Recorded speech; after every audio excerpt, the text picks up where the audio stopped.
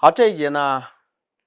我们把肺脏补强了，就不易患外感咳嗽。再举个例子，我的表弟是一个工程师，经常会天南海北的跑，不是这个月跑东北了，下一个月就跑新疆了，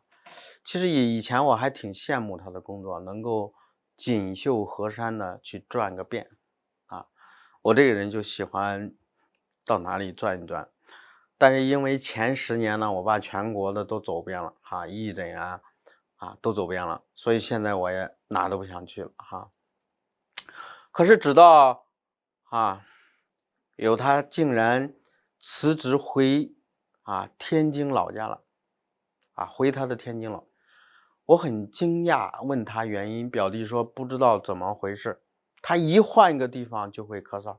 冷也会咳嗽，热也会咳嗽，一刮风也会咳嗽。其实我们听了心里跟明镜的是，这就是外感咳嗽，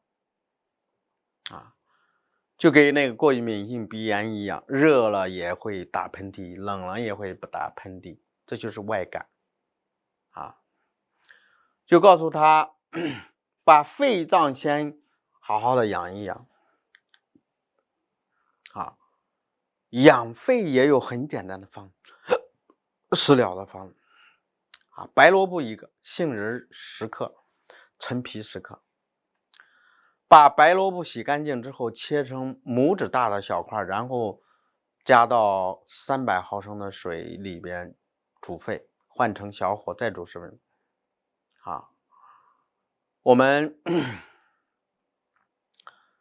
每天早中晚各喝50毫升，白萝卜、杏仁、陈皮这些都放到一起。这个杏仁呢还有特别好的作用。其实我们得肺结节也好，得这个肺癌的好然后你要经常懂得吃杏仁几乎不会伤到你的生命就看大家信不信了这个肺脏功能太差了经受不了自然气候的变化。中医上说风寒湿风寒暑湿燥火本来是大自然的6气，可是因为你的肺脏功能实在太弱了，受不了这6气，所以就变成了6邪，让你的肺脏生病了。打个比方说，你这时候的肺脏就跟受了伤的老虎一样原来的老虎是百兽之王，对吧？狼豹都是它的美餐，可是如果它受伤了，狼反而会威胁到它的生命所以他明白了之后，就用上面的方子，喝到第3天就不咳嗽。我又让他再喝1周，以巩固疗效，给他讲了讲这个方子的医理我们的肺脏主呼吸，最喜欢宣发，它宣发的途径有2个，第一个是往外扩散，所以中医上讲肺主皮毛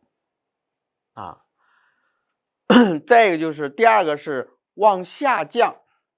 所以中医上说肺主沉降。肺脏是最不喜欢的就是瘀，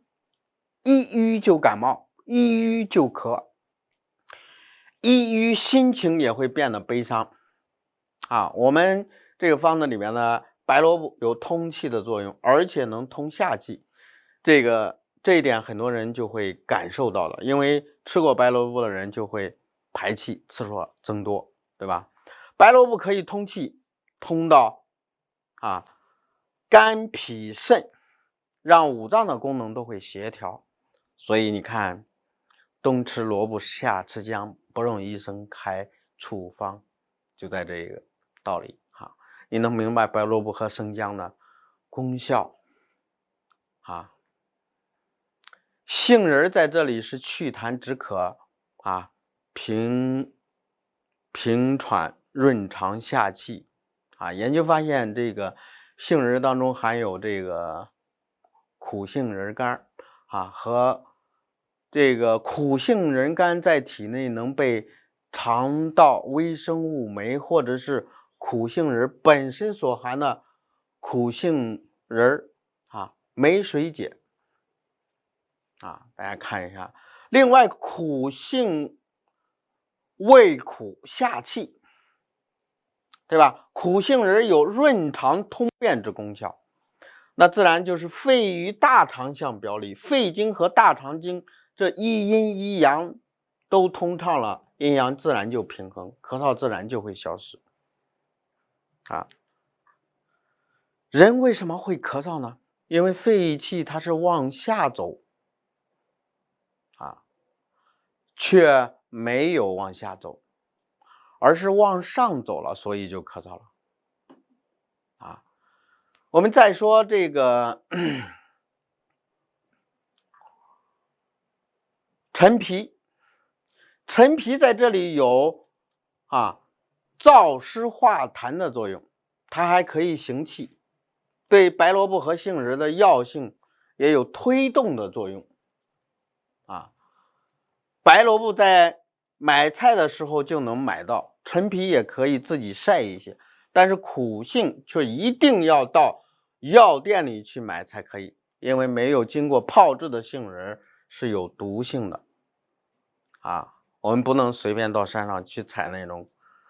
苦杏仁，吃了是有毒的，要经过药店药材泡制的好，这一节就讲到这里